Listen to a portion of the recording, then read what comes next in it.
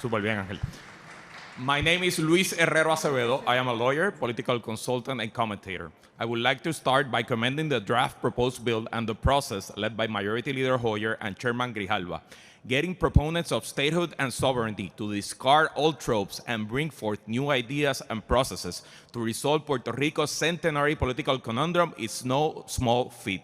Gracias, Nidia. Gracias, Jennifer, por sentarse y hablar. In theory, this is how the democratic process should work. Thank you once again for getting it done. If approved by Congress, this draft bill will send a clear signal of what a democratic majority in the House of Representatives is willing to offer Puerto Ricans. The draft is a starting point for future discussions and a solution to the status issue. But as we all learned in elementary school, a bill does not become a law until approved by the Senate and signed by the President. And therein lies the problem. As a political consultant, I understand very well how politicians talk on the record, especially on the congressional record, vis-a-vis how they talk behind closed doors. Everyone on this dais and every politician who has served in the Natural Resources Committee since the United States took Puerto Rico by military force has had multiple off-the-record conversations about Puerto Rico. And everyone on this dais must agree, off the record of course, there are no votes in the Senate to make Puerto Rico a state. Not today, not yesterday, not tomorrow. Since 1898, Puerto Rican statehood has been a mirage, lip service to score cheap political points or raise a few dollars for a campaign. I compare it to a mythical animal, much talked about but never seen, a unicorn. Through all its stages as a U.S. colonial territory, there has never been 51, much less the 60 votes needed in the Senate to make Puerto Rico a state. Puerto Rico has been many things to the United States: a naval base and shooting range, a profitable sugar plantation, a tax haven, a biolab, a Cold War theater used to foster revolutions and counter-revolutions in the Caribbean, a winter vacation spot, an Estado Libre Asociado, and much more, but it has never been, nor it will ever be, a state. And that is the truth of the record. So let me be the first to say it on the record. Puerto Rican statehood is impossible in the Senate. It's a unicorn. Why will Puerto Rico will never be a state when 37 other territories were able to join the Union? The reasons are many and my time is short. But my preferred theory is that although Puerto Rico is owned by the United States, it has never been successfully Americanized. All histories on how territories become state have the same protagonist, a white American man. It's no coincidence that the last names of the fathers of Texas statehood were Austin and Houston and not Gonzalez or Hidalgo. The last names of the fathers of Alaskan statehood were Gruning and Bartlett, not Kaitak or Kiluki. In its 172 years as a state, California has never had an elected governor with a Spanish surname. I wonder why. No congressperson will say this on the record, especially those with a couple thousand Puerto Rican voters in their district, but you know it to be true. Even with a Democratic majority, there is no filibuster-proof coalition to make Puerto Rico a state in the Senate. No importa cuándo lo leas. Even this draft bill confirms the unicorn theory. To this date, except for a Republican resident Commissioner Gonzalez, not a single Republican in the House or Senate has endorsed the draft. Senators Marco Rubio and Rick Scott, who represent over 1 million Puerto Ricans from Florida, do not even bring the subject up. The mere possibility of adding Puerto Rico as a state dooms this or any other draft in the Senate. If politics is the art of the possible, then Puerto Rico statehood's politics is the art of the impossible. To end this Gordian knot, Congress must design a process that can garner the 60 votes needed in the Senate. We need to bring Republicans to the table and hammer out a deal. Puerto Rican politicians have used status as a political tool for decades, a cure for all our diseases, a handy excuse to justify their many terrible local governments. Millions of Puerto Ricans truly believe statehood is possible because 5 generations of pro-statehood politicians have promised that la estadidad está a la vuelta de la esquina. Only Congress and this committee can tell Puerto Ricans the truth. Puerto Rican statehood is not in the cards. The same way that after many years you are now saying, for the record, that Estado Libre Asociado was originally conceived is not viable, you should be as straightforward with statehood. The wording can be simple and succinct. Puerto Rico, it's not you, it's me. Let's stay friends. Sign, U.S. Congress. Puerto Rican politics are changing. A new generation is ready to partner with Congress and design a process that can bring Democrats and Republicans together and make Puerto Rico a prosperous, democratic, and independent nation. But first, you must speak the truth to us on the record. Thank you for your time. Thank you. Let me begin there, if I may, Mr. Herrero. Question, and your analysis of the Senate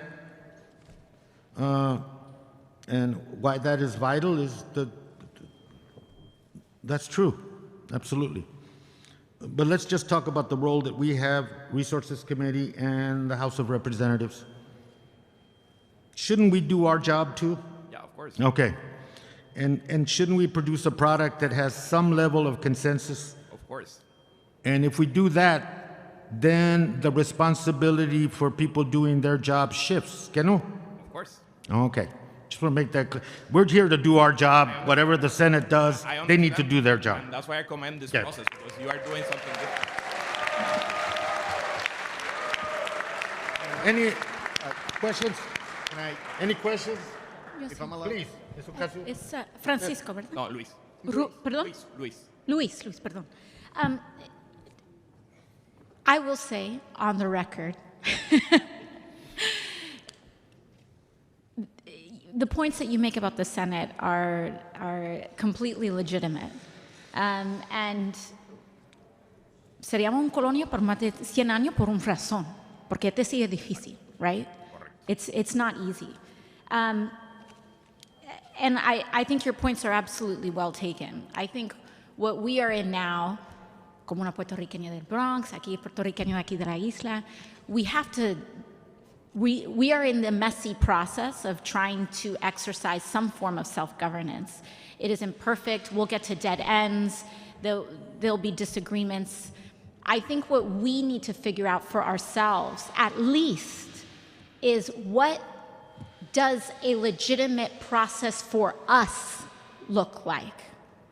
And if we can figure out a process that has legitimacy, that at least we can agree on first, regardless of ideology, we need to figure that out, because the negotiation shouldn't be in Congress.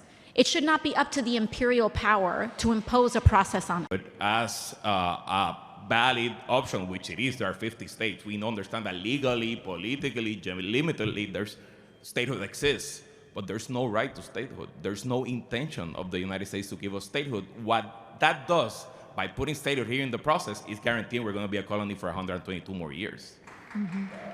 That's the issue, because how do we get this bill to the president? How do we make it a law? I love this bill. I'm in favor of it. I've been in favor of it since the first time I saw the draft.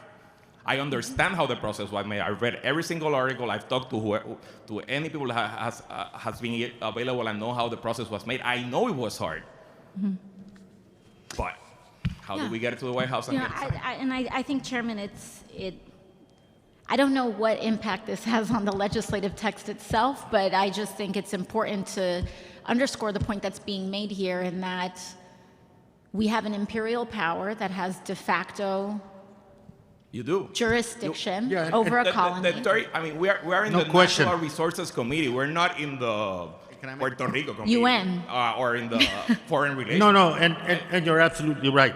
The central premises of this legislation and the difficulty in getting to where we are right now is around 2 points that there is agreement on this table. That is decolonization. Correct. And the other one is the agreement to use that imperial authority for a binding, authority for the vote that the people in Puerto Rico take, that Congress is bound to use that authority to make sure that that happens. And I want to make a very important point. Since we are a colony wholly owned by the United States, Puerto Ricans, we cannot go to the UN, we cannot go to the Organization of American States. Okay. We can only come here to the Natural Resources Committee. You are our sovereign. You literally are the sovereign of our people. So here we are redressing our grievances and trying to please, I commend the process and the progress that is being made with this bill, but the real alternative has to be to create something that can be made into a law and that can change Puerto Rico status. And With if I'm that, allowed- let me. And, do you I'm have- sorry, can I make a comment about the discussion that was going on right now about his argument? Of course. I mean, I've lost pretty much control of it anyway, so go ahead. Sorry. It's just that I'm in favor of statehood, and I've been my whole life, and I've heard this argument many, many times before. Statehood is a non-issue, it's a non-starter, there is no environment for it in Washington, there's no environment for it in the House, and there's no environment for it in the Senate.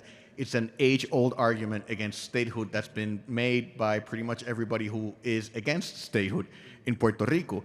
But the problem is,